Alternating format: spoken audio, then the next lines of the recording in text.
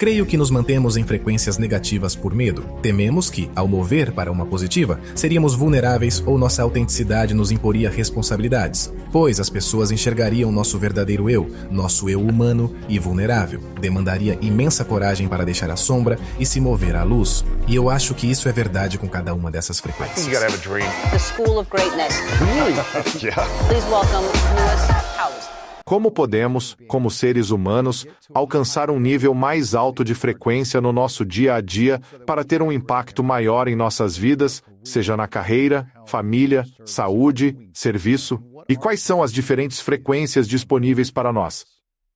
Adorei começar aí. Levantei para você. É uma conversa inesperada, mas que é muito importante. Sim. No ano passado, eu montei uma masterclass chamada A Arte da Comunicação. E, na verdade, a partir disso, meu filho Aaron disse: pai, você poderia montar tipo uma aula de 15 minutos que pudéssemos dar às pessoas? E eu passei o fim de semana pensando, ok, que tipo de processo de comunicação eu poderia dar às pessoas? Entrei em um estado profundo, onde não dormi por 3 dias inteiros. Minha esposa me viu às 5 da manhã. Eu estava encharcado de suor e ela olhou para mim e disse: o que há de errado com você? O que você está fazendo? E eu então disse, não consigo parar de pensar nisso. Sinto que baixei um processo chamado The 7 Frequencies of Communication, que acabamos lançando recentemente, e basicamente comecei a dividir a comunicação humana em frequências distintas. E uma das coisas que acho realmente importante é perceber que os seres humanos se comunicam em frequências, mas nem sempre são frequências positivas. A mesma frequência pode ter uma expressão positiva e negativa. Quando você ouve diferentes pessoas falando, há certas frequências que você gosta de ouvir, que você ouve melhor, e certas frequências às quais talvez você seja repelido e realmente se desliga. E então, em grande parte da comunicação, as pessoas pensam, é o que você está dizendo, ou mesmo como você está dizendo, mas eu não acho que seja isso de maneira alguma. Na verdade, acho que há uma frequência da qual nós comunicamos. E quando essa frequência ressoa com os ouvintes, cria essa ressonância interna, onde a pessoa pensa, sim, é isso que eu sempre estava procurando, ou isso dá linguagem ao que eu sempre senti. E de fato, quando falei no seu evento, antes de subir ao palco, eu tinha meu discurso meio planejado e estruturado. Eu não tenho um roteiro quando falo, não trabalho com notas, mas trabalho a partir de um universo de pensamento. Então puxo desse universo enquanto estou falando com o público. E antes de subir ao palco, estive interagindo com as pessoas, sentindo a essência do seu evento. E percebi que o seu evento, na verdade, tem uma frequência de cura dominante, o que eu não esperava porque é chamado de School of Greatness. Então eu pensei que teria talvez uma frequência de desafio, sabe? Ou o que eu chamaria de frequência motivadora, ou um tipo diferente de frequência, ou até mesmo uma frequência comandante. Mas o que me surpreendeu, Luiz, e ao escutar você mais atentamente, é que acho que sua frequência predominante é a de cura, que sua intenção interna é trazer cura para as pessoas de um lugar de onde você mesmo foi curado. Sim. Ou um lugar do qual você está processando a cura. Desse modo, o seu evento é um evento de cura. E bem antes de eu subir naquele palco, eu disse a mim mesmo, começarei com a frequência de cura, o que eu diria que quase nunca faço. Sério? Sim, e eu tenho uma sensação profunda de que eu me movo para uma frequência de cura ao longo das minhas conversas, mas geralmente não é onde eu começo. Interessante. Eu identifiquei 7 frequências diferentes. Elas não são as únicas frequências no mundo, mas eu diria que são as 7 frequências dominantes pelas quais nos comunicamos, que eu identifico como motivador, desafiante, comandante, especialista, professor, vidente, curador. Ok. E quando você ouve um palestrante, se você for ao Instagram, se for às redes sociais, acho que existem 2 frequências dominantes. Uma é a do motivador. Você consegue, você é incrível, você é digno, você é ótimo, sabe? E depois há o desafiante. Sabe, você manda em você, faça o trabalho, mais uma flexão. Você tem mais dentro de você do que imagina, pode acreditar. E então, há uma terceira frequência que é a do curador. Suas feridas se tornarão sua mensagem. E você pode quase ouvir essa mesma mensagem em diferentes frequências. Certo. Você conhece o motivador quando dizem, Lewis, eu sei que você pode fazer isso. E o desafiante, Lewis, eu sei que você pode fazer isso, então agora levante-se.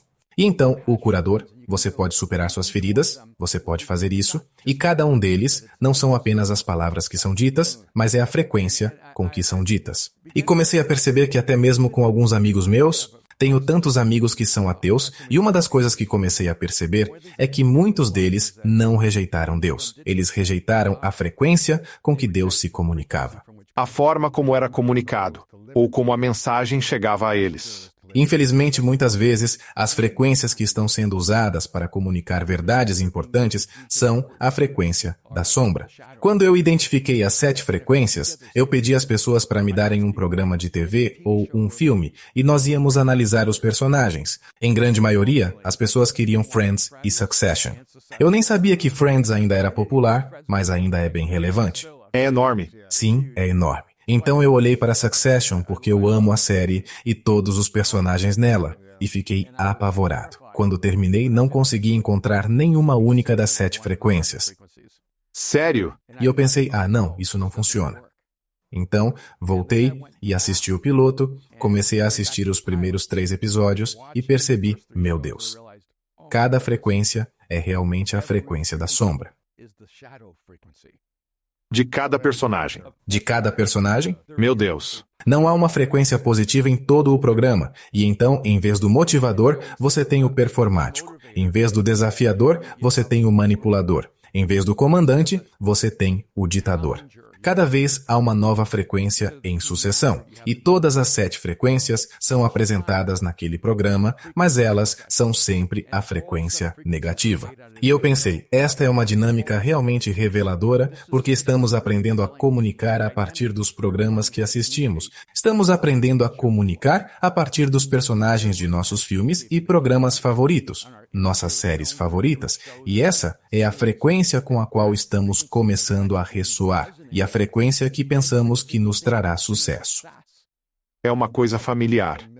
Assistir algo repetidas vezes, mesmo sem acreditar que é o jeito certo de ser, então torna difícil não adotar um pouco disso em sua vida. Não sei. É preciso definir a intenção ou entender que aquilo é apenas entretenimento. Não vou aderir a esses comportamentos mostrados na tela. Vou desassociar isso do meu modo de ser e de viver. Não sei. Quando eu estava lá na casa dos meus 20 anos, percebi que tinha um mecanismo de defesa peculiar. Sempre que eu sentia algum tipo de perigo psicológico ou perigo relacional, eu adotava um humor mordaz e destrutivo para me proteger. E naquela época, eu era sempre rápido e cruel nas minhas respostas. Rebaixava as pessoas. Eu poderia cortar como uma faca. E no momento em que alguém começasse a brincar comigo, era jogo aberto. Porque se você brinca comigo, se me diminui, se diz algo negativo para mim, se tenta fazer piada de mim ou me constranger na frente das pessoas, simplesmente me ativava. E foi em algum momento dos meus 20 e poucos anos que percebi que não sei mediar isso, então tenho que acabar com isso, porque ser engraçado é ótimo, e amo fazer stand-up e amo fazer comédia. Eu amo ser engraçado, mas percebi que tinha que mudar as regras para mim e eu mudei as regras completamente. Eu nunca seria engraçado à custa de outra pessoa. Eu só seria engraçado à minha própria custa. Você apenas afirma e elogia as pessoas, mas faz piada e tira sarro apenas de si mesmo. E não quero dizer tirar sarro de uma maneira negativa, onde você pensa mal de si mesmo, mas você apenas é humilde. E essa mudança nos meus 20 anos mudou completamente minha vida porque eu pude pegar aquela mesma força de comunicação e agora usá-la de uma maneira para construir, afirmar e encorajar outras pessoas. E eu adoro o fato de que agora, décadas depois, um dos meus valores fundamentais é ser uma voz de esperança, inspiração e motivação. E anos atrás eu identifiquei isso como uma das minhas missões singulares na vida, que eu queria ser uma voz de esperança. E eu queria ser uma voz de esperança para pessoas que estavam sobrecarregadas pela vida, desespero, depressão, ansiedade, estresse ou grandes desafios. E queria sempre convencer as pessoas, ajudar as pessoas a verem que o futuro é melhor do que o passado delas. E eu acho que essa mudança nos meus primeiros anos dizendo, eu não vou usar a frequência negativa para me fazer parecer mais poderoso. Eu vou usar minha frequência de uma maneira positiva para empoderar e inspirar outras pessoas ao meu redor. Sim, Por que você acha que tantas pessoas permanecem em uma frequência negativa por tanto tempo e não conseguem sair dessa frequência de nível mais baixo? Acho que é por causa do medo. Foi meu primeiro pensamento. Eu realmente acho que ficamos em frequências negativas porque estamos com muito medo. Temos medo de que, se realmente nos movermos em direção a uma frequência positiva, nos tornaremos vulneráveis ou nossa autenticidade criará responsabilidades para nós. Porque agora as pessoas verão o nosso verdadeiro eu, verão o nosso eu humano, verão o nosso eu vulnerável. E se você assistir, como por exemplo, a série Succession, e olhar para o Roman, verá como ele está sempre entretendo, mas o que ele realmente quer, de verdade, é ser amado. E com cada um daqueles personagens, você percebe que tem esses momentos de vislumbres da sua fragilidade, esses vislumbres da humanidade, da parte deles que deseja desesperadamente ser vista e conhecida, curada e amada. E eles não conseguem, porque sempre voltam ao seu modo padrão. Eu acho que é preciso uma coragem incrível para sair da sua sombra e se mover corajosamente para a sua luz. E acho que isso é verdade com cada uma dessas frequências. E a maneira que eu descreveria a melhor forma de identificar uma frequência é quando você está se comunicando e pensando sobre si mesmo. E aí que você geralmente está operando na sua frequência negativa. Quando você está se comunicando e pensando sobre a contribuição que pode fazer na vida dos outros, você está operando na sua frequência positiva. E, ironicamente, isso vai mudar e transformar o medo. Acabei de falar em um evento. Havia, eu acho, 7.000 pessoas presencialmente e 150.000 pessoas online e 350.000 que estarão registradas no final. E eu realmente não senti medo nenhum. Senti uma energia maravilhosa naquela plataforma. E, ironicamente, bem antes de subir ao palco, você pensaria que eu diria algo como "isso importa" ou "mude o mundo" ou "você pode fazer isso". Eu disse 2 palavras para mim mesmo, divirta-se mais, porque eu senti que uma grande parte disso, naquele evento, é que as pessoas só precisavam saber que a vida pode ser aproveitada. Esse é um grande evento de negócios com muitas oportunidades para as pessoas se conectarem e aprenderem. E lá tem todos esses incríveis líderes, pessoal da alta gestão, vários CEOs. E tem um certo ponto que eu me pergunto, você acorda de manhã e ama sua vida? E você tira um tempo para apreciar as respirações profundas e olhar para os nasceres do sol e simplesmente ver a beleza da vida ao seu redor? E eu queria subir no palco, naquela plataforma, e simplesmente me divertir e criar um momento onde outras pessoas pudessem respirar fundo e perceber, a vida pode ser realmente bonita, pode ser muito boa. E no momento em que você sai de si mesmo e está apenas se perguntando como você serve este momento, como você ajuda as pessoas nesta sala. Pensando assim, você está se movendo para uma frequência positiva, que aliás é uma das muitas coisas que eu simplesmente amo sobre você.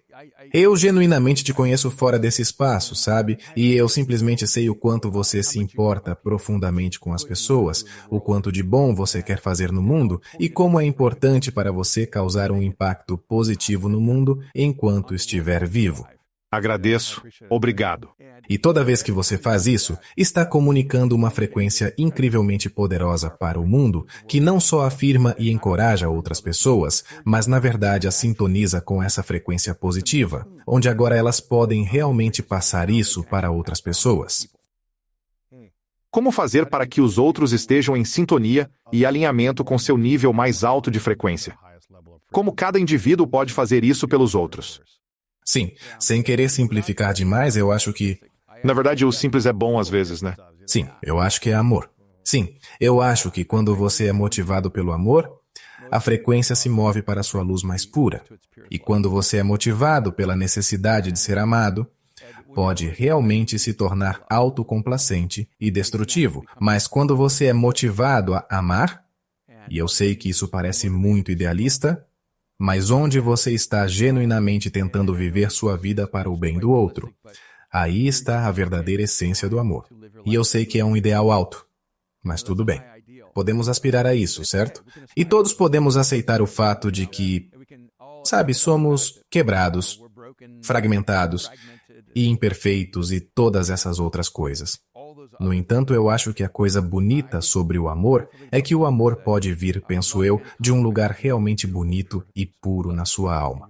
Sim. E então, quando você se comunica, quer se comunicar de uma maneira que até genuinamente esteja servindo o bem dos outros. E minha frequência é uma frequência identificada como especialista. E o desafio de ser um especialista é que você está sempre quebrando a visão de realidade das outras pessoas. Anos atrás, alguém me perguntou: o que você vê como sua intenção na vida? Aí eu respondi que minha intenção é quebrar sua visão de realidade. Eu era bem claro. E eu questionava tudo, minuciosamente. Qualquer coisa que as pessoas dizem que é verdade, eu fragmento isso com cuidado. E eu sinto, de certo modo, que sou implacável no meu próprio exame, nas minhas próprias crenças, nas minhas próprias convicções, nos meus próprios pensamentos. E bem antes de eu vir aqui, minha filha disse: seja gentil. Você é gentil comigo. Sim, pois é. E eu disse: eu sou gentil. Mas ela sabe que quando estou falando sobre uma ideia, sabe, eu não vejo uma ideia como uma pessoa. E eu acho que ideias, crenças, convicções, e usualmente penso sobre a Igreja Mosaic. Quero dizer, eu acredito em Deus e, obviamente, eu acredito em Jesus, mas eu questiono isso todo dia e eu pressiono isso todo dia. Eu não me permito o espaço para simplesmente pensar, eu apenas acredito porque acredito. E eu acho que é assim que fui projetado. Mas se eu me mover para um lado negativo nisso, eu posso simplesmente me tornar um anarquista onde estou, apenas tentando destruir tudo e não deixar nada de pé. E essa possibilidade me assusta. Quebrar tudo. É como, ok, eu posso provar que todos estão errados, mas não há nada que esteja certo, então eu não estou tornando o mundo melhor. E você sabe, e então você tem que realmente encarar esse lado obscuro e pensar: ok, estou tentando ajudar todos a buscar uma verdade mais bela, uma verdade mais bonita, ou estou apenas tentando provar que todo mundo está errado e que eu também estou errado? E mesmo quando estava procurando por Deus, eu estava ok se não houvesse Deus. Tipo, eu estava na busca e pensava: ei, se não houver Deus algum, tudo bem.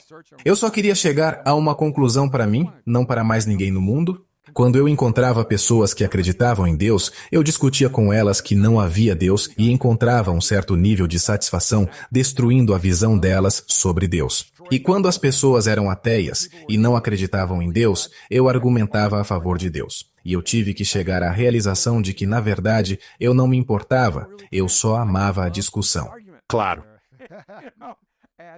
Mas eu acho que parte disso era, eu queria que alguém ganhasse a discussão para que eu pudesse ter um pouco de paz na minha vida. Eu estava esperando que alguém me convencesse de que há um Deus, ou esperando que alguém me convencesse de que não há um Deus, para que eu pudesse parar de discutir, porque a discussão era realmente comigo mesmo. Interessante. E eu acho que esse é o dilema da frequência dos especialistas. Mas o lado positivo da frequência deles é que você está sempre pressionando as pessoas em direção ao novo, ao inesperado, ao inovador. Alguém me perguntou sobre IA outro dia, porque todo mundo está apavorado com a inteligência artificial. E eles perguntaram: você realmente acredita que a inteligência artificial substituirá todos os escritores? Porque estamos aqui em Los Angeles com a greve dos roteiristas. E eu disse: olha, a IA pode ser capaz de escrever a melhor história que já foi escrita. Mas a IA nunca será capaz de escrever a melhor história que nunca foi escrita. E isso, para mim, é o que é emocionante. É o que nunca foi escrito, o que nunca foi pensado, o que nunca foi criado ou imaginado. E, ironicamente, acabei me tornando uma pessoa que acredita em Deus com um universo interno que está sempre questionando tudo. Você pode imaginar o quão insano é na minha cabeça, Luiz. E é por isso que quando escrevi The Genius of Jesus, estava me perguntando como é possível que eu acredite em Jesus. Como é possível que toda a minha vida gire em torno desse cara que viveu há 2000 anos atrás e continue me impactando tanto? Mesmo isso para mim, eu entendo a insanidade disso, a loucura disso. O que eu não posso negar é como minha vida foi radicalmente revolucionada. Como algo aconteceu no meu mundo interior, onde encontrei paz interior, onde agora eu queria viver uma vida de amor, onde de repente eu realmente queria ser uma pessoa de humildade, virtude, integridade, e não porque qualquer outra pessoa queria que eu fosse, e também não porque alguém estava me forçando de alguma forma.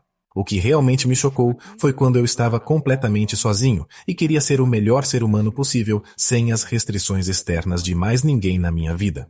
Isso, para mim, é minha melhor prova de Deus. Isso é legal. E falando nisso, querendo ser a melhor pessoa que você pode ser, se voltarmos a falar de Succession, Tem?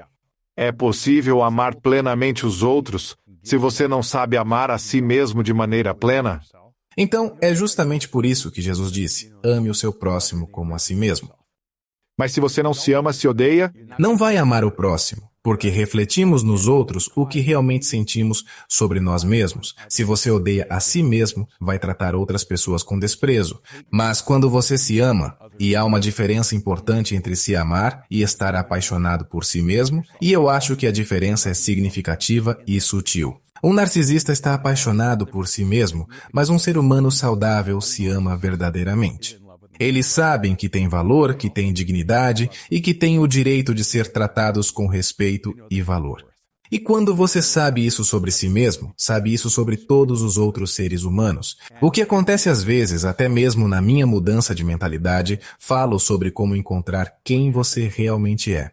Eu viajei por talvez 70 países ao redor do mundo e conheci pessoas incríveis por todo este planeta. E em todos os lugares que vou, encontro pessoas realmente gentis. Encontro pessoas que querem fazer o bem no mundo, encontro pessoas confiáveis e honestas. Mas já conversei com pessoas que dizem: ah, sim, eu viajei pelo mundo, e você não pode confiar em ninguém. Todos pensam só em si mesmos e nas suas necessidades. Todos são gananciosos. E eu percebi que estamos viajando pelo mesmo mundo, mas não encontramos as mesmas pessoas porque você encontra quem você é. pois é, ou a frequência em que você está. Sim, e então eu acho que a dinâmica aqui ocorre da seguinte forma: quando você realmente ama a si mesmo, você também valoriza amar os outros. Mas quando você não se ama, você não valoriza amar os outros. E então tudo começa aqui, porque você precisa perceber que seu valor próprio é um reflexo do valor próprio de todos os outros ao seu redor. Explique isso. Diga de novo. O que isso significa? Quando eu estava na faculdade em Chapel Hill, eu estava no departamento de psicologia e fizemos todas essas avaliações e havia uma questão que achei muito interessante. Nunca esqueci de todas as avaliações que já fiz ali. Dizia: dadas as circunstâncias, qualquer pessoa roubaria. E aí estava meu dilema.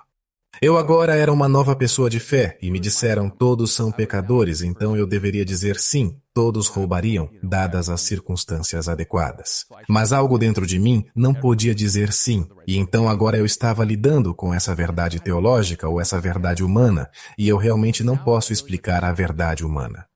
Era apenas o que eu sentia dentro de mim naquele momento. Então eu respondi não. E é assim que eu enquadrei isso na minha mente. Dadas as circunstâncias adequadas, toda pessoa roubaria. Não, nas circunstâncias adequadas, a pessoa não precisaria roubar. É apenas em circunstâncias erradas que uma pessoa roubaria. E a razão pela qual eu digo isso é porque eu acredito que qualquer pessoa pode mudar. Porque eu mudei.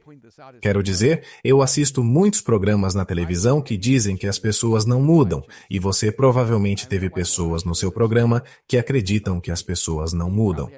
Eu sei que as pessoas podem mudar. E a razão pela qual eu sei que as pessoas podem mudar é porque eu mudei. E se eu posso mudar, qualquer um pode mudar. Veja, o que você conclui sobre si mesmo é o que você projetará nos outros. Certo. Então, se você não é digno de amor, ninguém é digno de amor. Se você não é digno de perdão, ninguém é digno de perdão. Na verdade, ironicamente, se você não perdoar a si mesmo, nunca perdoará ninguém. Uau! Mas quando você se perdoa, você está agora vivendo nesse estado de graça. Então, quando você se perdoa, agora você tem a capacidade de perdoar outras pessoas.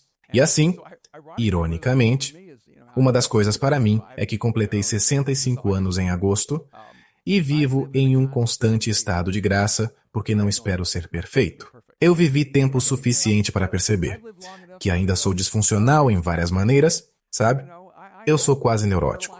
E Lewis, mesmo em um nível sério, eu ainda luto com algo que seria facilmente descrito como terrores noturnos.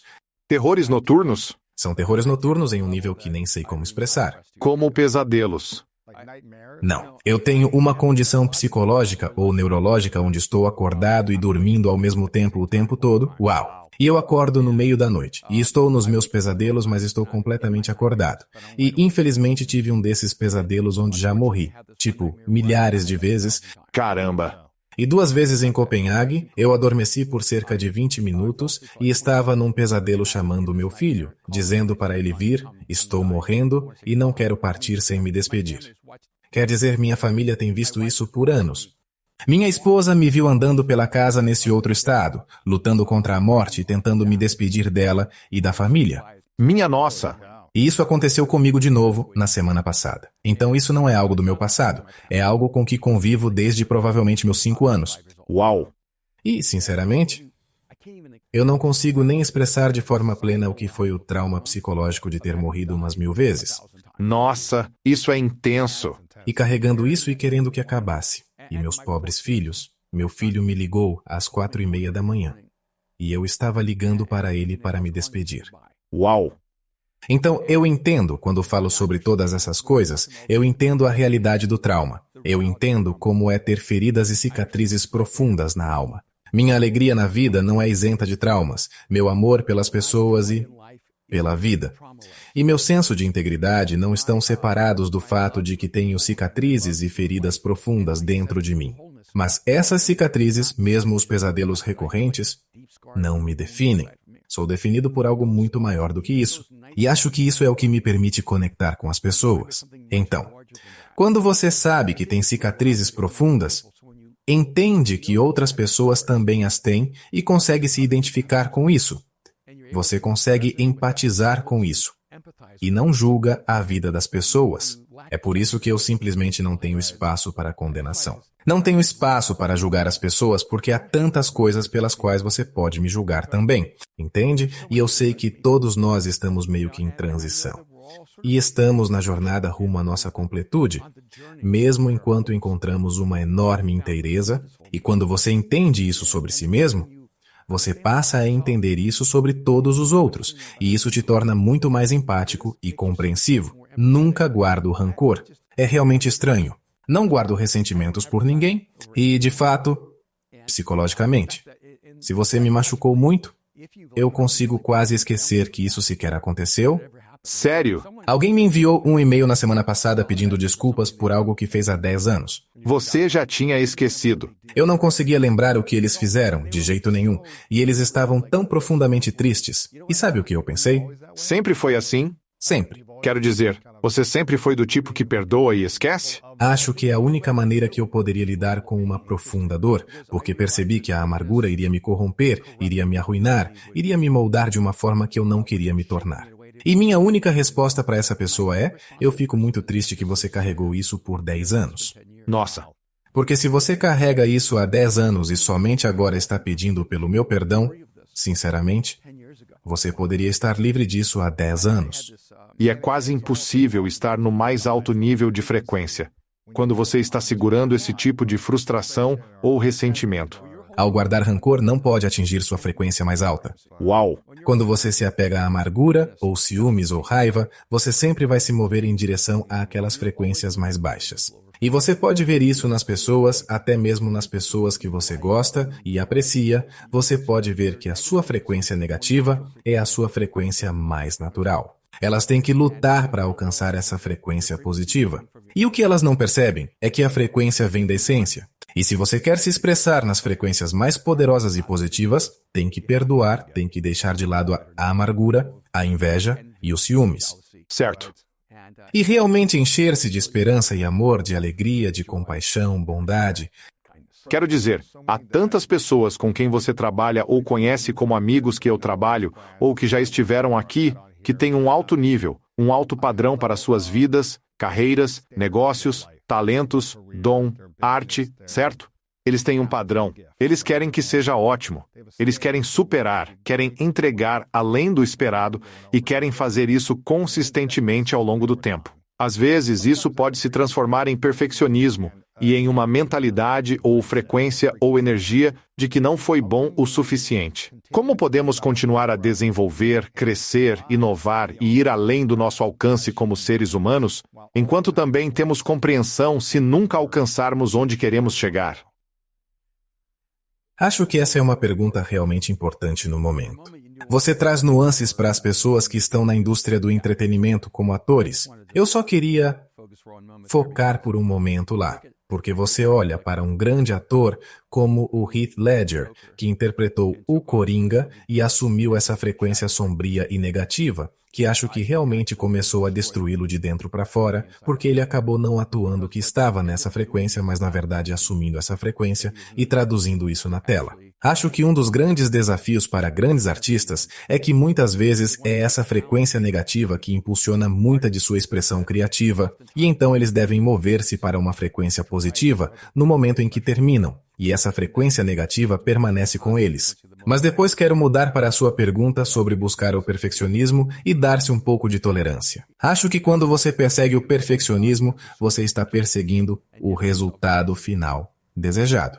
E acho que isso é um erro terrível. Acho que quando você busca a beleza do processo, é aí que você se dá um pouco mais de tolerância. Sabe, anos atrás, alguém me acusou de ser perfeccionista. E sempre acho isso interessante. Normalmente, as pessoas que têm padrões muito baixos são as que acusam os outros de serem perfeccionistas, pois são incapazes de reconhecer suas próprias falhas. E eu disse à pessoa, não. A maneira como sei que não sou perfeccionista é que, no momento em que termino, eu sigo em frente, sem olhar para trás.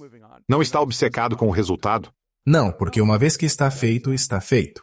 E eu fico obcecado com o processo e quero que o processo seja verdadeiro, honesto, real e excelente. E meu filho, acho que outro dia, criou essa expressão sobre excelência elegante que eu realmente adoro. Não, na verdade foi excelência sem esforço, que é ainda melhor, ele disse, porque quando você atinge um nível de grandeza, parece sem esforço. E o que acontece é que essa pessoa se comprometeu tanto com o processo que o resultado parece simplesmente sem esforço. E isso é o que eu quero alcançar na minha vida. Eu só quero amar o processo. As pessoas me perguntam o tempo todo, como eu sei que estou perseguindo o sonho certo?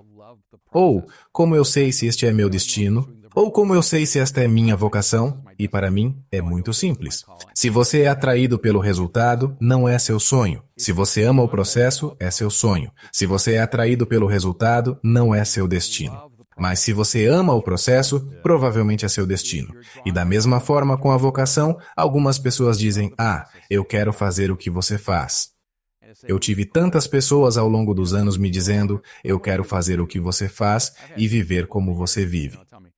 E eu pergunto, você está disposto a fazer o que eu fiz? Não. É muito. É muito. E porque eu tive a oportunidade de falar em palcos para milhões de pessoas ao redor do mundo, e eu nunca teria imaginado essa oportunidade, sabe? Nunca, jamais. E isso nunca foi o ideal para mim. Eu nunca pensei, um dia eu vou falar para milhões de pessoas. Realmente. Todo dia eu pensava, eu só quero ser capaz de comunicar esperança, e significado, e vida para quem quer que eu interaja. Sim. E no começo era apenas 1 a 1, e depois foi 1 para 5 e 1 para 10. E, sabe, ser verdadeiro a esses momentos é o que me preparou para o próximo momento. Sim. Se você está pensando apenas no sonho e onde quer chegar, isso é o objetivo. Mas se não está aproveitando o processo, ao alcançar o objetivo, será uma experiência miserável. Você não vai estar desfrutando do trabalho árduo e apreciando o processo e como está progredindo. Sim, porque a fama não é um estado de ser, é um vapor. E você pode ser famoso em um momento e infame no próximo.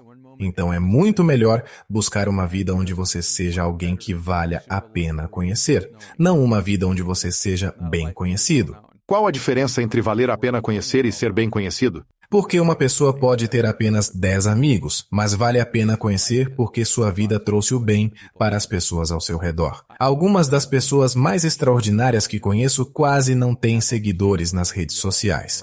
Elas não se importam e simplesmente vivem suas vidas fazendo o bem. Elas estão sempre servindo e ajudando seus amigos. Elas estão sempre trazendo esperança e inspiração para as pessoas ao seu redor. E se você se concentrar em valer a pena conhecer, então, se sua influência crescer, ela realmente terá valor significativo no mundo. E eu acho que um dos desafios com as redes sociais é que você pode se tornar famoso apenas por existir. E acho que é aí que você não terá sucesso duradouro, a menos que realmente comece a construir quem você é como ser humano. Quando alguém é famoso apenas por existir, e talvez não por agregar valor além de existir, Claro que, obviamente, existir já tem valor.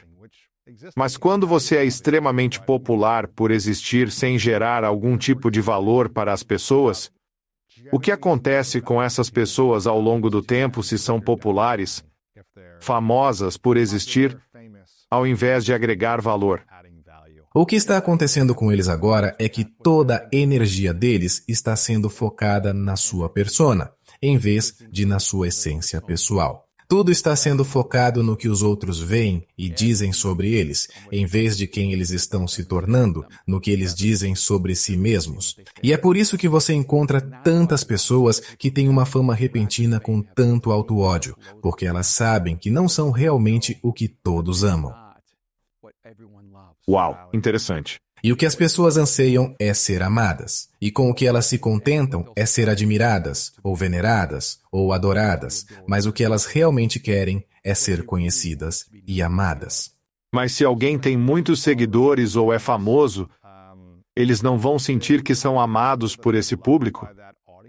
Como você explica que muitos artistas têm milhões de seguidores e acabam com um vício tão radical em drogas? Eu sei. Ou vício em álcool e suas vidas desmoronaram antes dos 30 anos de idade? Por que acha que isso acontece? É porque os seres humanos não foram criados para sustentar uma persona. E eu uso a avaliação psicológica que lida com a gestão de imagem. E o que eu descobri é que a maioria das pessoas bem-sucedidas que eu mapeei tem uma gestão de imagem numa escala de 1 a 99, de 90 a 99, certo? E então, um dos grandes desafios é que elas gastam muita energia pensando no que os outros pensam delas. E nessa mesma escala, meu vizinho é um 11, o que é meio engraçado porque minha esposa está nos 90. Acho que está tudo bem em eu dizer isso. E eu estava liderando um evento de casamento no México e estávamos lidando com essas questões de gestão de imagem. E minha esposa disse, não gosto que minha pontuação de gestão de imagem esteja nos 90. Tipo, o que as pessoas vão pensar de mim? E ela continua e diz, eu odeio que a sua seja 11, porque isso é metade do problema no nosso casamento. Você não se importa com o que as pessoas estão dizendo sobre você. 100 é se importando muito com o que pensam de você. Sim, 99 é que você está gastando toda a sua energia criando uma persona do que as outras pessoas pensam de você. Imagem, uma marca para a sua comunidade. E um seria, eu não me importo com o que você diz, eu não me importo com o que você pensa. E talvez eles nem tenham qualquer etiqueta social. Eles podem precisar cuidar um pouco da sua imagem. Uma maior gestão da imagem. Às vezes, as pessoas dizem não se importar com o que pensam, mas se importam muito. Muito. É isso. E é verdade. E eles estão criando uma imagem negativa porque isso importa muito. Mas o engraçado é, um dia eu fui malhar na academia onde eu estava jogando um pouco de pedal tênis, e voltei e gemi, sabe? E eu disse, ó. Ela diz, o que foi? E eu disse, machuquei minhas costas. Ela diz, faça a barba. Faça a barba. Eu comecei a rir. Eu disse, querida, isso é gestão de imagem? Você acha que se eu raspar a barba e parecer mais jovem, vai resolver meu passado? Seu problema, sim. Sim. E então, ela começou a rir. De maneira histérica. Porque é verdade, não é? Você pode se convencer de que, se mudar o externo, isso vai consertar o interno. Mas isso é muito limitado. É superficial, talvez só por um curto período de tempo. É muito mais difícil convencer alguém de mudar por dentro. E eles transformarão o seu exterior. Para alguém que é um artista talentoso, um atleta, um ator, empreendedor, qualquer coisa. Alguém que tem talento, que realmente está se desenvolvendo e talvez queira fazer algo maior. Eles gostariam de ter um público maior que reconheça sua arte, talentos ou habilidades únicas. Qual conselho você daria a eles bem antes de se destacarem e ter centenas de milhares ou milhões de pessoas de repente cientes de quem são, de seus dons e talentos? Entendi. Para que eles se preparem para ser saudáveis, ao invés de depender das opiniões daquele público. Eu acho que a coisa mais importante é ter de 3 a 5 amigos realmente bons antes de você se tornar famoso. Amigos que você sabe que estão com você por quem você é. E não pelo que você realiza ou conquista. E eles não estão se aproveitando do seu sucesso. Eles estão com você e são comprometidos com seu sucesso e sua felicidade. Porque eu acho que o que acontece muitas vezes é que deixamos essas pessoas de lado. Então, quando nos tornamos famosos, Nos cercamos de pessoas que só dizem sim para nós. E isso se torna um verdadeiro desafio. Quero dizer, uma grande parte do que eu faço no coaching individual é simplesmente dizer a verdade para as pessoas. E é muito mais difícil do que você pensa. Porque eu lembro de uma vez ter uma longa conversa com alguém que durou algumas horas. Na verdade, durou cerca de 2 meses de coaching intensivo e depois desse tempo que passou, eu dei esse insight valioso e a pessoa me perguntou: há quanto tempo você já sabia disso? Eu disse: desde o primeiro minuto Que nos encontramos, que te conheci. sim. E eles disseram: por que você não me disse logo de cara? Eu disse: uma coisa é saber algo sobre você, mas demora mais tempo para te preparar para ouvir. E você pode dizer isso, mas se uma pessoa não está pronta para ouvir, não adianta nada. O que você quer é ter pessoas na sua vida que simplesmente te digam a verdade e você não as expulse da sua vida. Quando Kim e eu éramos amigos, eu estava prestes a partir para uma viagem a Nova Orleans e nós acabamos brigando. Ela disse: você é tão arrogante, e meu pensamento imediato foi: eu não preciso disso. Eu posso namorar alguém que ache que sou humilde, mas meu pensamento secundário foi: provavelmente vou me casar com essa pessoa, porque não importa se ela está certa ou errada. Eu apenas assumi que ela estava absolutamente certa. E o que importava era que ela se importava mais em me dizer o que pensava do que com o relacionamento. E estamos casados há 40 anos, e acho que uma das coisas que realmente me ajudou é que me casei com alguém que apenas me dizia o que realmente pensava sobre mim, sobre minhas escolhas, sobre minha atitude, sobre a minha jornada, e isso me deu uma grande bússola relacional na minha vida. E, mesmo quando eu começava alguns grandes projetos, como quando comecei com a Mosaic, havia 4 famílias envolvidas. E eu disse: sou uma pessoa que vai fazer algumas mudanças radicais. Vou inovar e criar coisas que talvez nunca tenham existido antes. Mas quero ter certeza que essas 4 famílias, elas não eram inovadoras ou criativas, mas tinham profunda integridade. E eu disse a mim mesmo: se essas 4 famílias algum dia me disserem o que você está fazendo é antiético, eu paro imediatamente. Certo. E eles não eram meus amigos, eram conhecidos, eram apenas pessoas reconhecidas por terem uma virtude incrível. E eu disse a mim mesmo: eles são minha referência. E 40 anos depois, aqui em LA, ou pelo menos há mais de 30 anos, eles ainda estão comigo. Que legal. E é muito, muito incrível. Provavelmente 20 anos depois eu disse a eles: vocês eram minha referência e você precisa dessas pessoas. Referências externas são importantes na vida. Você tem pessoas que dizem: ei, Lewis, você estava bem, mas agora não está. Ou, não sei se essa decisão é a melhor para você. E você tem que ter pessoas em quem confia. Ainda pode discordar delas, mas permite que o conselho se infiltre. Sim. E você processa isso e toma sua própria decisão, mas pelo menos tem essas vozes na sua vida. Como alguém, quando ganha reconhecimento, fama ou algum tipo de público ou comunidade, e não recebeu esse conselho antes, e agora está preso nisso, como eles retornam a um estado de paz, ou completude, ou autoconsciência sobre quem realmente são, em vez de ficarem presos ao que todos pensam sobre sua própria identidade. Acho que é por isso que houve uma explosão de mentores, porque quando você já é bem-sucedido, não está realmente disposto a ouvir todos, mas está disposto a ouvir um grupo de pares. Sim. E você está disposto a estar em um ambiente onde as pessoas são comprometidas com a excelência, ou sucesso, ou qualquer coisa com que você está comprometido. Comecei esse grupo de mentoria para caras de negócios. Eu estava em um evento, vi esse cara de negócios, acho que quando ele tinha 30 anos, a empresa dele valia 100 milhões. E então, devido à sua própria descrição, devido à sua arrogância e caráter, ele perdeu a empresa inteira. O conselho votou para tirá-lo e então ele reconstruiu outra empresa de 100 milhões de dólares. Esse cara realmente era bem sucedido. Nos sentamos e comecei a conversar com ele. Ele pergunta: o que você vê? E eu disse: vejo alguém que morrerá sozinho.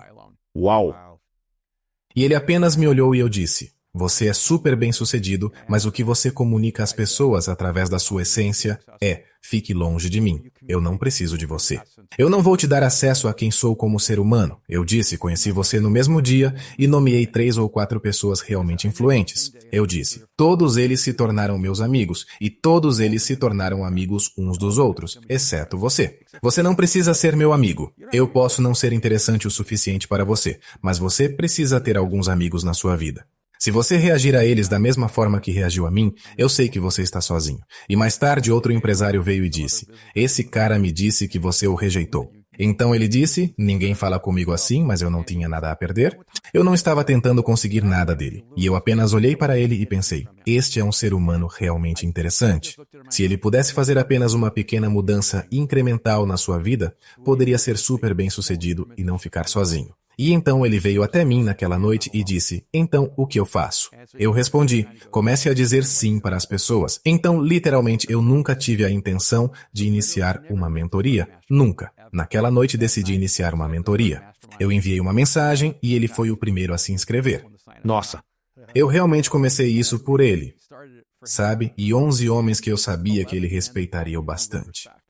Acho que parte disso é que é fundamental que você tenha pessoas em sua vida que você respeite. Você tem que ter alguém em sua vida que talvez você respeite mais do que a si mesmo, que talvez chegou um pouco mais longe que você na vida. E tipo, não venha a mim para aprender sobre imóveis. Não quero que me pergunte sobre tecnologia, ações ou qualquer coisa assim, mas se você quiser saber como viver uma vida completa e como ter sucesso contínuo, isso é algo em que sou bom.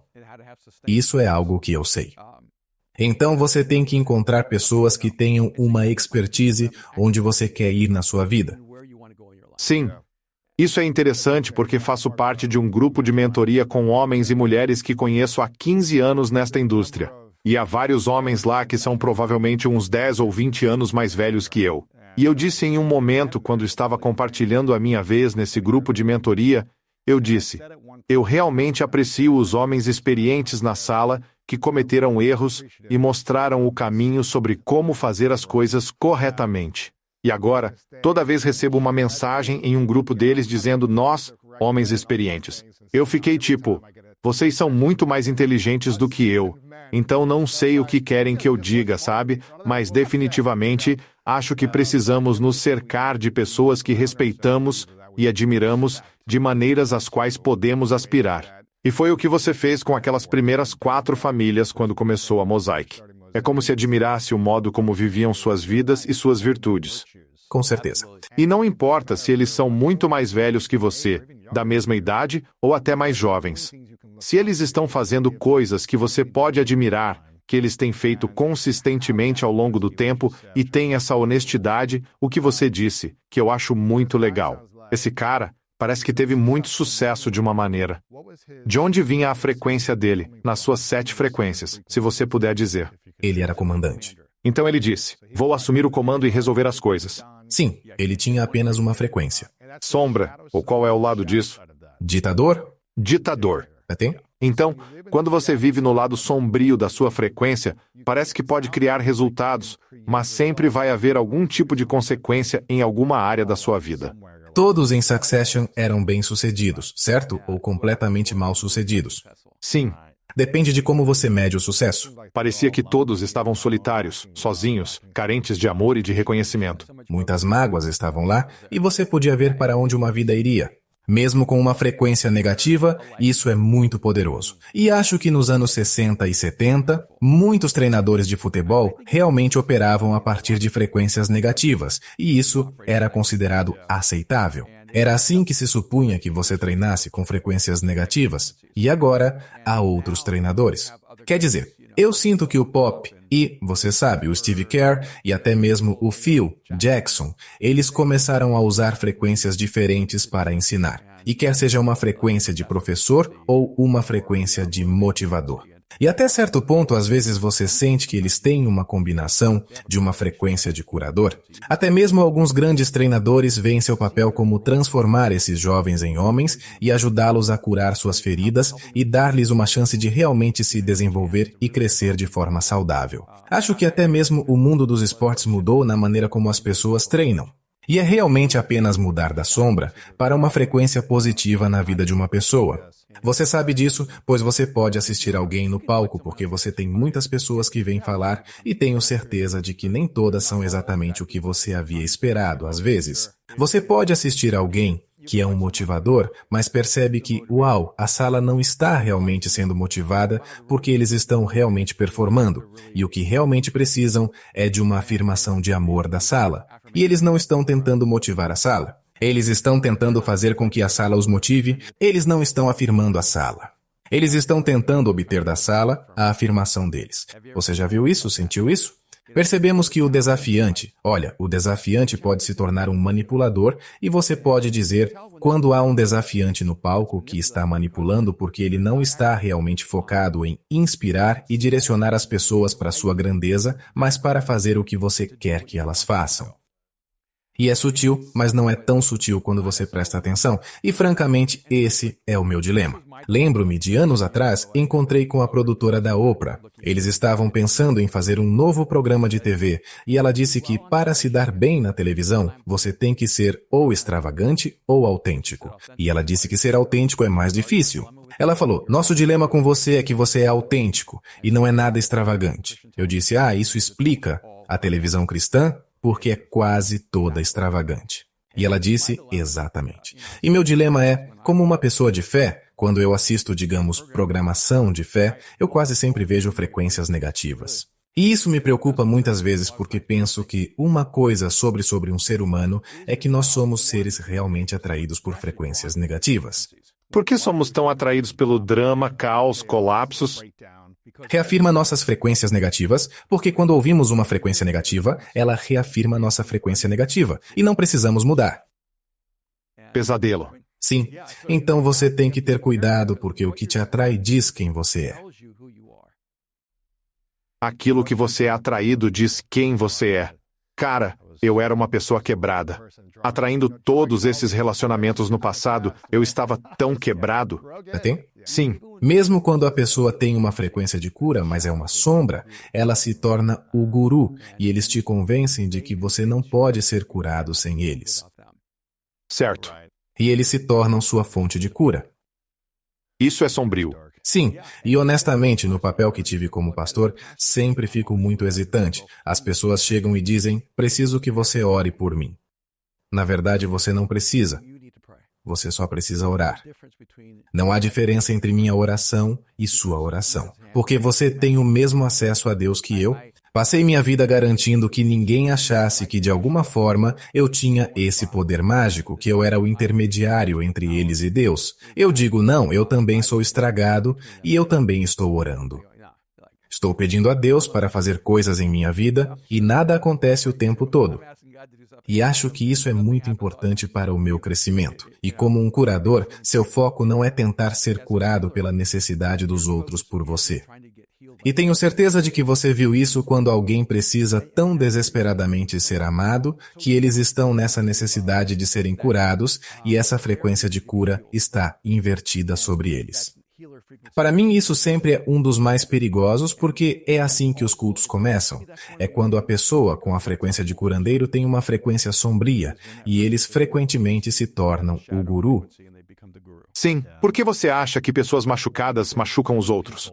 Não sei se você já ouviu esse ditado. Já ouvi esse ditado. O problema com clichês é que muitas vezes são verdadeiros. Sim. Sabe bem, eu acho que quando você está machucado, você pensa que a raiva é uma força e você também acha que a amargura é uma força, porque se você parar para pensar nisso, quando você está amargo, você não se sente fraco. Veja, quando você está com raiva, você não se sente fraco, mas sim poderoso. Você se sente poderoso, forte. Sim, e o que acontece é que essas emoções negativas escondem sua própria vulnerabilidade e fraqueza e dor. Então, enquanto eu estiver amargurado, não preciso pensar no fato de que fui traído. Uau! Enquanto eu estiver com raiva, não penso no fato de que estou tão profundamente ferido que não consigo nem lidar com isso. E usamos essas emoções negativas para nos sentirmos poderosos e importantes. E é a pior coisa do mundo abandonar essas emoções negativas, porque agora você está completamente impotente. E você tem que confiar que, se puder abandonar o ódio, o amor é mais poderoso, que se puder abandonar a amargura, o perdão é mais poderoso, que se você parar de machucar as pessoas, você não vai se machucar mais. Mas aqui está o problema. Sempre que você ama, corre o risco de se machucar. Então não posso dizer a alguém que se você apenas amar, nunca se machucará. Certo. Na verdade, vou dizer o contrário. Se você escolhe amar, vai se machucar inevitavelmente. Mas quando você ama, tem força suficiente para superar essa dor e seguir em frente. Sim. E eu acho que essa é uma parte do desafio. É que a coisa mais perigosa do mundo é a intimidade. E é o que mais desejamos. É o que mais tememos. E é por isso que é um lugar tão perigoso e arriscado. E é muito mais fácil, Lewis, julgar as pessoas do que sermos honestos com nossas próprias falhas. É muito mais fácil machucar você, para que você não possa me machucar primeiro, sabe? Anos atrás, quando tivemos toda aquela coisa com o Unabomber, não sei se você se lembra, eram estudos sobre pessoas vivendo em isolamento e se tornando assassinos em série. E o que acaba acontecendo é que Você não ouve falar de alguém que é amado, tem uma ótima comunidade e amigos se tornando um assassino. quando você se sente rejeitado pelo mundo, você rejeita o mundo. Sim. E, quando você sente que o mundo é seu inimigo, seu único ato de engajamento humano é a violência. Então, esse é o maior perigo do ponta espírito humano.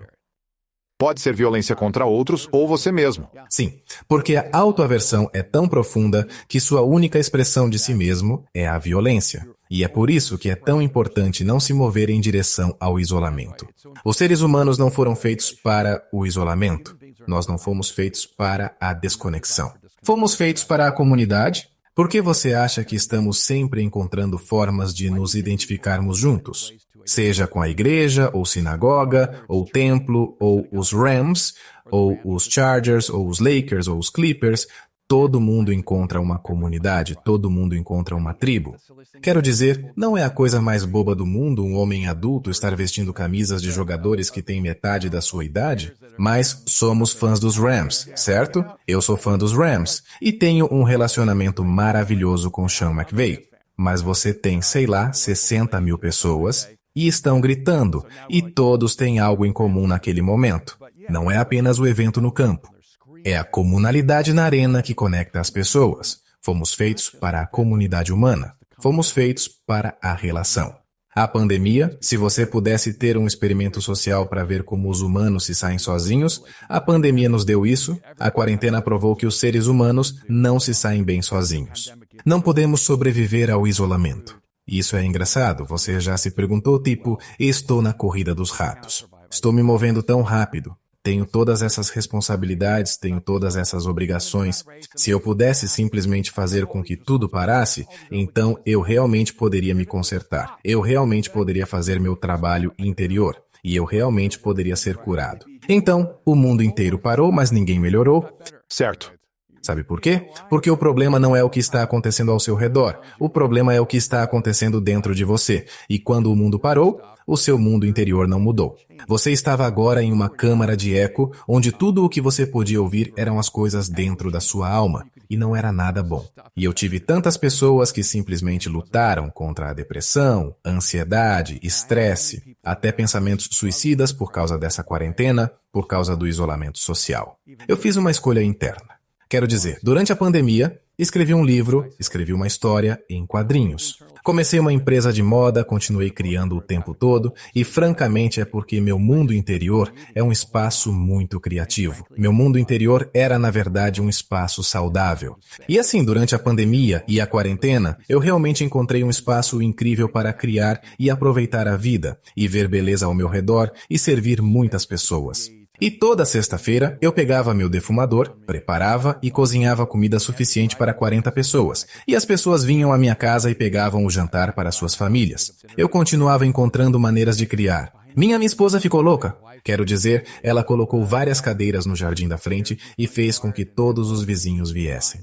Ela criava essas instalações ao ar livre, onde as pessoas vinham tirar fotos de suas famílias. Ela continuava criando esses momentos lindos, onde pessoas de todo o Hancock Park podiam experimentar alguma alegria, risos e um senso de comunidade. E o que você sabe é que quando você finalmente está sozinho, é que você percebe o que realmente está dentro de você. E o que eu sei é que sou saudável, ou pelo menos mais saudável, porque tenho comunidade. Sim.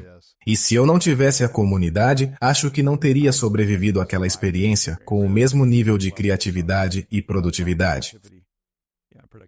Qual é, com base no novo livro que você tem agora chamado Mind Shift? Vamos falar sobre o livro. Não é preciso ser um gênio para pensar como um. Qual é a mudança de mentalidade que as pessoas no mundo precisam considerar agora? Depois do isolamento e de muitas transformações, perdas, crises e luto, qual é a mudança de mentalidade que precisamos? E qual é a tese principal do livro que quer que todos compreendam? Claro, há 12 mudanças de mentalidade básicas no livro, mas a mudança de mentalidade principal, que é o que você está me perguntando, é que a maioria das suas limitações são realmente internas, não externas. E de fato, há uma página no livro. Acho que é a primeira página, é só uma frase. Então, a primeira página do livro é uma frase que diz: a intenção deste livro é destruir suas limitações internas. O livro tem apenas um propósito singular, que é destruir suas limitações internas. Porque há certas limitações externas que podem estar limitando você de algumas maneiras. É claro. Mas o interno? São eles que importam. Eles que importam. Sim, na verdade, eu estava na festa de despedida de solteiro do nosso amigo Joel, certo? E então ele a transformou em uma mesa redonda, onde acabei ensinando por 3 horas, depois fazendo 2 horas de perguntas e respostas, e depois 2 horas de coaching. E um dos caras disse: sabe, eu estou trabalhando para esta empresa e continuo enfrentando esse obstáculo. Se eu pudesse apenas superar esse obstáculo, poderia conseguir essa grande promoção e ter esse grande avanço, mas simplesmente não consigo superar esse obstáculo. Você pode me ajudar a descobrir como superar? E eu disse: ok, pare, quero que você se imagine agora do outro lado desse obstáculo e apenas imagine sua vida, imagine sua carreira. Eu disse: você consegue ver? Eu consigo. Eu disse: você quer essa vida? E ele disse: não. Então eu disse: você é o obstáculo. Na maioria das vezes na vida, achamos que enfrentamos obstáculos externos, mas são internos. Luiz, posso olhar para a minha vida e ver que a maioria dos limites ao longo da minha vida foram meus. Eu peguei o cimento, eu assentei os tijolos. Você que construiu. E então, eu gritei para o mundo e gritei com Deus por me limitar. Eu criei minhas próprias limitações. E o que eu queria fazer no livro é fazer essas pequenas mudanças mentais que, se uma pessoa as fizer, desbloquearão sua vida em um nível absurdo. E a ideia do livro, sabe, quando você escreve um livro, você realmente não sabe quando exatamente começar. A ideia fica lá por um tempo. Porém, eu sei exatamente quando este livro começou. Quando?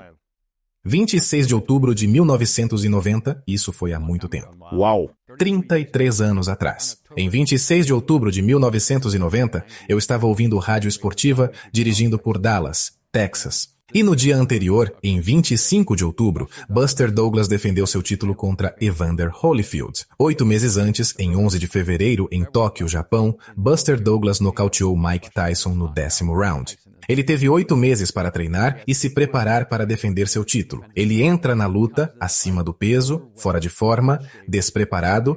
É nocauteado. Acho que no 3º round. Ele parece terrível, desleixado. Tem? Está vivendo a vida de campeão. Ele era da minha cidade, Columbus, Ohio. Ok, então, na rádio esportiva eles estão falando sobre o Buster. E um cara disse que... Antes ou depois da luta? Depois da luta? Certo. Eles estão refletindo. Sim. Sobre essa defesa terrível. Muito ruim. Sim.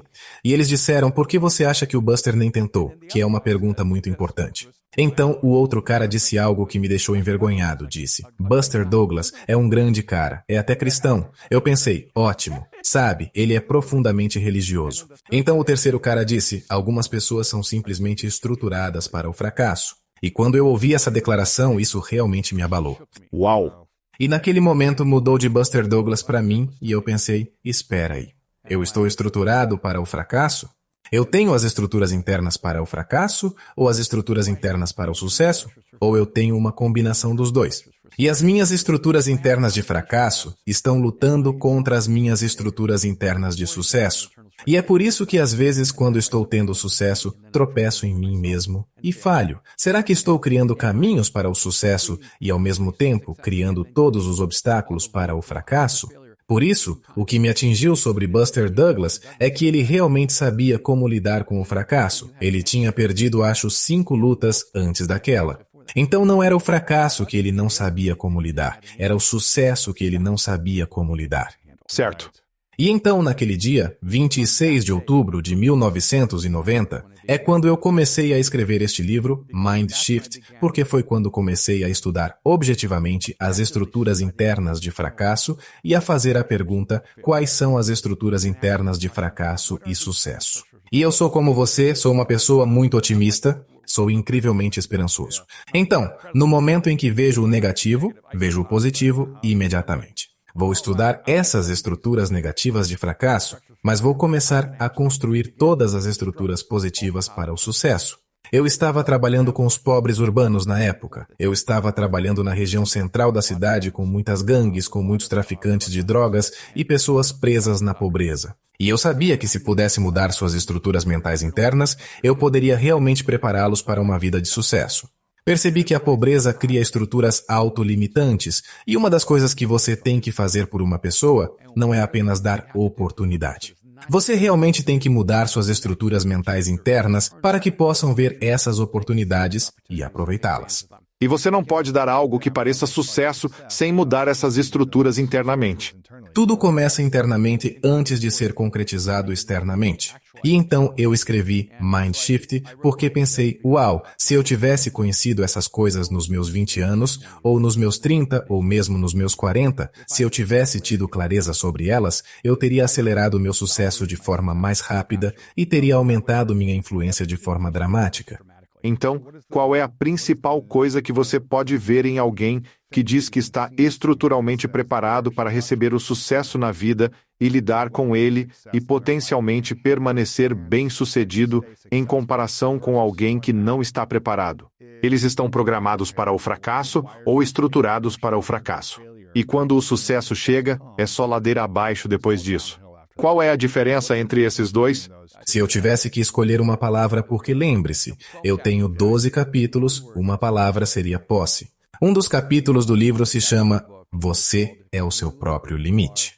E quando você assume a posse sobre sua vida, e veja bem, eu tive alguma resistência sobre isso outro dia porque falei sobre isso na cúpula de liderança global, sobre nossas limitações serem autoimpostas. Claro, você pode ter traumas na vida. Você pode ter circunstâncias e situações que são dramáticas, mas as estruturas internas são autocriadas. São a sua resposta a essas circunstâncias, a esses traumas, a essas situações. E alguém disse, isso é tão injusto. Você está colocando toda a culpa na pessoa, mas não, eu não estou. Eu estou, na verdade, dando toda a posse. Porque se as limitações são externas, você está impotente diante delas. Você depende de outra pessoa para te dar. Alguém precisa consertar isso para você. Mas se as limitações são internas, você é poderoso. Então, para mim, esta é a mentalidade mais otimista, positiva e capacitadora. Se essas limitações estão dentro de mim e eu as criei em resposta ao mundo ao meu redor, então eu posso mudá-las, redirecioná-las e realinhá-las. E então talvez eu tenha ficado realmente amargo. Talvez eu seja uma pessoa magoada ou magoe os outros. E pensei, magoar as pessoas é a única maneira de sobreviver em um mundo que me machuca constantemente. Mas essa é a mentalidade que criei.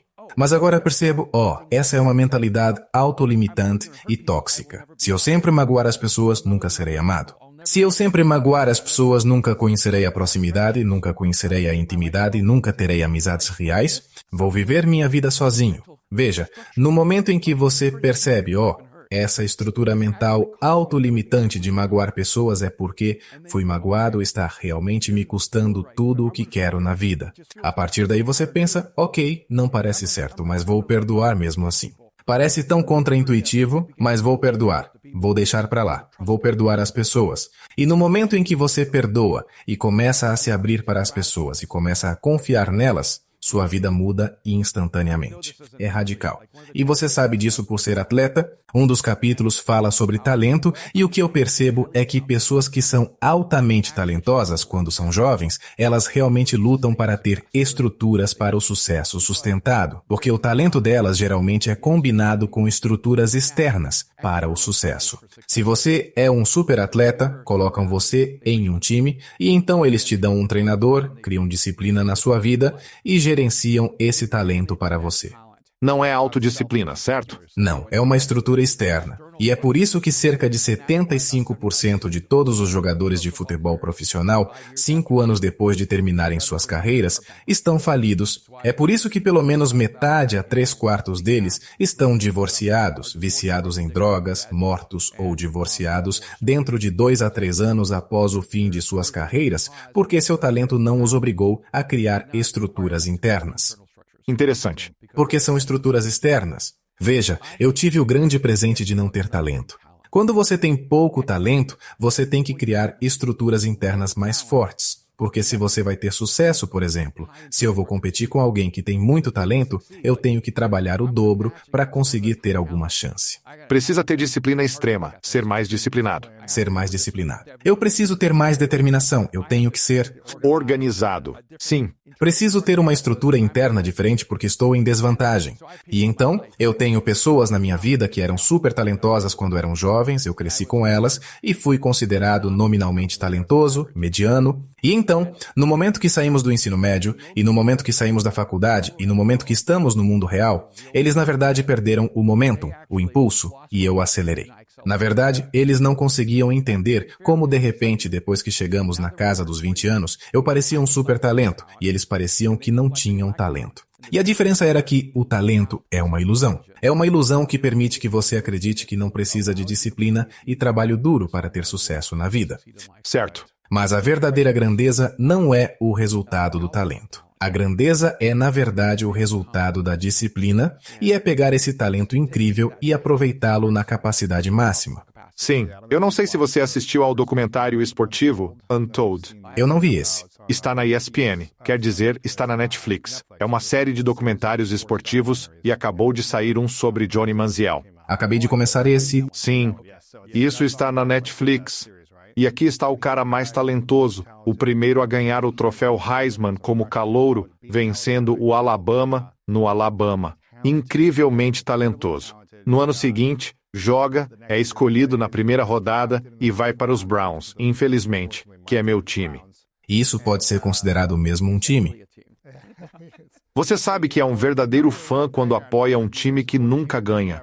Eu sou exatamente assim com os Clippers. E ele fala, não sei se você terminou, mas no final, perguntaram para ele, quantas gravações você assistiu dos jogos na NFL? Durante seu tempo na NFL? E ele diz, 0. Ele não aparecia para ver os vídeos. Ele não era disciplinado. Festejava nos fins de semana e achava que só seu talento o levaria para seu próximo nível. Porém, talento por si só não funcionou. E ele o tinha desde cedo. Eu sentia que não tinha esse talento, mas tinha a ética de trabalho, disciplina e vontade de remover distrações na minha vida para me concentrar e aproveitar ao máximo meu talento. Acho que existe a maldição do talento, especialmente quando você é um prodígio desde jovem, sabe? Você ganha ouro olímpico aos 16 e se pergunta, e agora? E, felizmente, a maioria de nós temos algum grau de talento, mas não tanto que começamos a viver nessa mitologia de que não precisamos trabalhar duro, mas é uma pequena mudança quando você pensa sobre isso e percebe que pode realizar quase qualquer coisa se estiver disposto a pagar o preço para realmente desenvolver as disciplinas e habilidades necessárias para isso. Então, eu realmente acredito que não há limites e é por isso que consegui me dedicar a filmes, moda, escrever livros, dar palestras e fazer todas essas coisas diferentes, porque sempre sei que, com total certeza, que estou começando do mesmo jeito, independentemente do que faço. Começo com 0 talento, muita determinação e um modo de aprendizado elevado. E eu lembro que, muitos anos atrás, disse que eventualmente determinação é confundida com talento e trabalho duro é confundido com genialidade. É por isso que o subtítulo do livro é "Não é preciso ser um gênio para pensar como um". Porque, realmente, qual é a vantagem de ter um QI alto se você não faz boas escolhas todos os dias da sua vida? Para mim, o verdadeiro gênio é quem faz as escolhas que lhe dão a vida pela qual você anseia. É abraçar a expressão de quem você é como ser humano. Vou contar algo bastante constrangedor, não ria, acabaram de baixar o TikTok no meu celular. Não se vicie nisso. E então, eu comecei a assistir TikTok e logo comecei a ficar um pouco viciado. E apareceram todos esses músicos fazendo audições para, sei lá, algum The Voice ou outro programa. Eu não faço ideia. America's Got Talent. Sim, pode ser. E toda vez que alguma pessoa desconhecida cantava, eu começava a chorar e pensava, o que há de errado comigo? Isso é um produto da idade agora? E eu percebi que a minha paixão é ajudar as pessoas a descobrirem seu potencial latente. Uma das coisas que acho trágicas é quando as pessoas nunca vivem ou têm seu gênio ou grandeza reconhecidos e apreciados na vida. Então, toda vez que vejo um pequeno vislumbre disso, eu realmente me emociono profundamente. E eu percebi que, não. Uma parte do meu grande impulso na vida é ajudar as pessoas a encontrarem essas pequenas mudanças que desbloqueiam seu próprio gênio, sua grandeza, seu potencial e sua capacidade. E eu quero que as pessoas fiquem realmente surpresas. Quero que as pessoas digam, eu nunca soube que era capaz disso, porque eu olho para minha vida agora e penso, eu simplesmente não acredito que posso viver essa vida tão maravilhosa. Sim.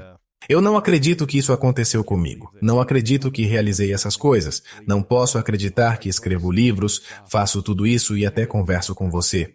É como um sonho. Tudo isso é um milagre. A vida é divertida. E é tão bom, e eu quero isso para todos. Sim. No nível em que eles foram projetados para viver. Porque eu penso que há pessoas que agora estão vivendo uma vida que foi imposta a elas e há uma vozinha dentro delas dizendo, você foi criado para uma vida diferente, mas elas não encontraram a coragem ou talvez o incentivo para entrar nessa vida. E para mim, é como se eu pudesse ajudar uma pessoa a encontrar a coragem ou o incentivo necessário para dizer, eu vou começar a viver essa nova vida. Essa vida que sinto que fui criado para viver. Quem realmente se importa se você falhar? Afinal, é muito mais divertido falhar em uma vida que você anseia e deseja do que em uma vida que você não queria de qualquer maneira. 100%. Quero garantir que todos comprem este livro, Mind Shift. It doesn't take a genius to think like one. Se você não sente preparado para o sucesso que deseja e não possui os sistemas internos para sustentá-los, este livro vai te ajudar a mudar sua mentalidade para se preparar melhor para o sucesso. Certifique-se de conferir. Se você tem medo do fracasso, isso é uma das coisas que te impede de alcançar seu potencial, de expor seu potencial. Então leia este livro para te ajudar a superar esse medo e insegurança, para que possa construir seus sistemas internos mais fortes para o sucesso que quer em sua vida. Estou animado com isso. Eu quero que as pessoas comprem 1 ou 2 cópias. Podem ir ao erwinmcmanus.com para todas as suas informações. Além disso, estávamos falando sobre frequências mais cedo. Você tem um programa sobre frequências, ou melhor, frequências de comunicação, certo? Sim, se quiserem acessar as 7 frequências de comunicação, estamos prestes a lançar um assessment, o que será emocionante. Onde conseguimos isso? A melhor coisa que podem fazer é se juntar à nossa comunidade de aprendizado chamada The Arena. Vá para erwinmcmanus.com/The Arena. Todo o conteúdo é acessível gratuitamente. Isso é legal. E então faremos sessões ao vivo. Eu estarei guiando as pessoas pelas 7 frequências. Vamos pegar as mensagens das pessoas ao redor do mundo, suas palestras, e ajudá-las a analisar suas palestras com base em diferentes frequências. Seria divertido algum dia fazer algo assim com você, talvez com algumas pessoas do Summit. Vamos estudar palestrantes de nível mundial porque acho que os melhores muitas vezes usam 2 frequências ao mesmo tempo, quase conflitantes, criando uma vantagem enorme e poderosa, como curador e comandante ao mesmo tempo. Isso faz com que seja único e cativante. Sim, e eu tenho uma grande paixão por ensinar as pessoas a se comunicarem no mais alto nível possível. Acho que as palavras são belas e poderosas. É uma forma de arte. Acho que a comunicação deve ser tanto poesia quanto prosa. Ela deve nos ensinar coisas, mas também nos inspirar e criar imaginação, imagens e emoções em nós.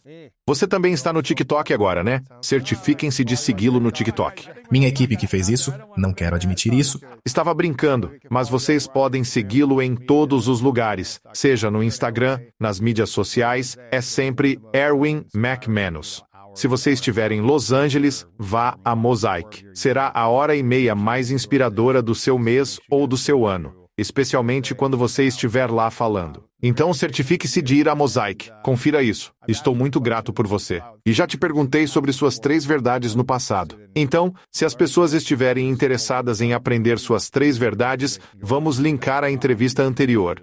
Elas podem ouvi-la e conhecer suas 3 verdades. Quero apreciar e reconhecer você e sua constante liderança, seu constante apoio, sua amizade. É muito especial para mim existir no seu mundo. Sou grato por você e fico feliz por sermos amigos. Fico feliz por morar em Los Angeles para poder assistir você na Mosaic quando tenho a chance. E aprecio você redefinindo constantemente a sua idade, seus 60 anos. Você está redefinindo os 60. Você ainda está compartilhando, contribuindo, criando, servindo em alto nível, e acho que isso é o que te faz tão jovem energeticamente por causa do seu compromisso com os outros, do seu serviço aos outros. Então, estou grato por você. Agradeço por você. Te amo. Obrigado. Obrigado, irmão. Te amo. Há perdas significativas pelas quais se ganha algo. Isso abre espaço para o bom. Agora, penso assim, com essa nova visão por causa do DDP, dominar a sua mente. Ele me mostrou a importância de atitudes simples, como me olhar nos olhos ao acordar.